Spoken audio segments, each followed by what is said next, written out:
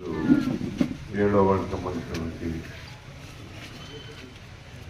ప్రజలందరూ చాలామంది వివిధ పార్టీల్లోకి సాధారణంగా రావడం, శివన్న గారి ఆధ్వర్యంలో అదేవిధంగా ఇక్కడ ఇచ్చేటువంటి నాయకులు నాయకులకు ప్రతి ఒక్కరికి ధన్యవాదాలు తెలుపుకుంటూ వక్తలు చాలా చక్కగా మాట్లాడారు.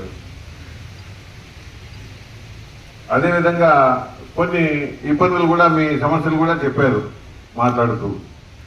అయితే ప్రభుత్వం వచ్చినాక మీ సమస్యలని ఖచ్చితంగా పరిష్కరిస్తాం. ఏదైతే నీటి సమస్య ఉందో, ఇండ్లు లేని వాళ్ళకి పక్కా ఇండ్లు ఇప్పించడం, నీటి సౌకర్యం కల్పించడం, ఇంకా ఏదైనా ప్రాబ్లమ్స్ ఉన్నా కూడా క్లియర్ చేస్తాం. అది ఖచ్చితమైన మాట ఇస్తా ఉన్నాము. సభామూలకంగా ఖచ్చితంగా నెరవేరుస్తాం.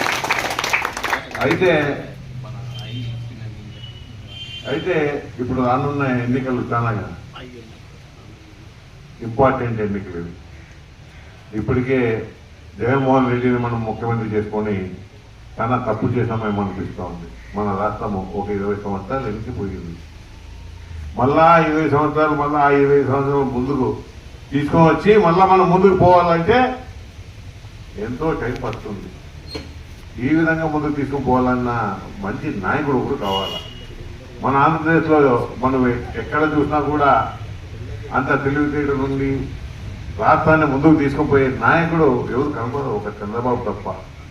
కనుక మనం చంద్రబాబుని ఎట్లా తిరిగి మన రాష్ట్రాన్ని కాపాడుకోవాలి కనుక ఆయన ముఖ్యమంత్రి చేసే బాధ్యత మన అందరిపైన ఉంటుంది. కేవలం మన రాష్ట్రం బాగుంటే మనకి ఇన్కమ్ వస్తుంది, ఇన్కమ్ బాగుంటే అభివృద్ధి చెందుతుంది, మన పిల్లల భవిష్యత్తు బాగుంటుంది. ఈరోజు నీ వయసు అయిపోయి నా వయసు అయిపోయి మనం వెళ్ళిపోతాం. రాబోయే తరం వాళ్ళ తరం ఏ విధంగా ఉండాల? రాష్ట్రం పోతే శ్రీలంక మంత్రికి అయిపోతే ఏం డెవలప్మెంట్ వస్తుంది? మన పిల్లల భవిష్యత్తు ఏమవుతుంది? శ్రీలంకలో ఒక కోడిగుడ్డు 400 రూపాయలు. మనం ఏమైనా కూలీ అమలు చేసుకొని బతుకుతున్న వాళ్ళకి మనకి 400 రూపాయలు పెట్టి కోడిగుడ్డు తినే శక్తి వస్తుంది. ఈ దుస్థితి రాకూడదు అంటే ఖచ్చితంగా మనము తెలుగుదేశం పార్టీని గెలిపించుకొని చంద్రబాబు ముఖ్యమంత్రి చేసే బాధ్యత మన అందరిపైన ఉంటుంది. ఇది గుర్తుంచుకోండి. మీరు పార్టీలో వచ్చారు కనుక మీరు పార్టీలో మీకు ఏదైనా ఇబ్బంది ఉన్నా కూడా మేము ఉన్నామని ఒకటి మాత్రం గుర్తు పెట్టుకోండి, ధైర్యం పెట్టుకోండి.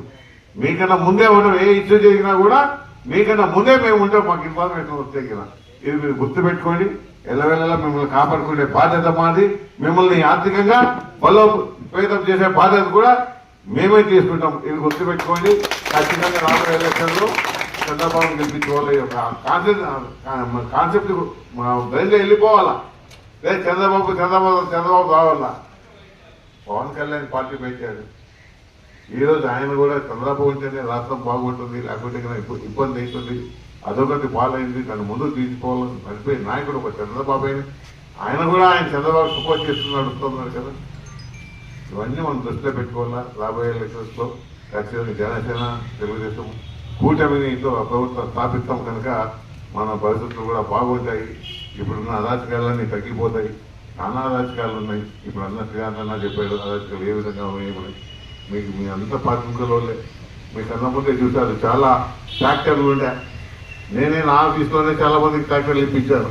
కేశప్ప గారు ఉన్నారు, ఇల్లే ఎవరున్నాడు కేశప్ప. చాలా ట్రాక్టర్లు ఇప్పించాము. ట్రాక్టర్లు పెట్టుకున్న పాపం ఏదో జీవన ఉపాధి కోసం అని చేసుకొని ఈ రోజు ఆ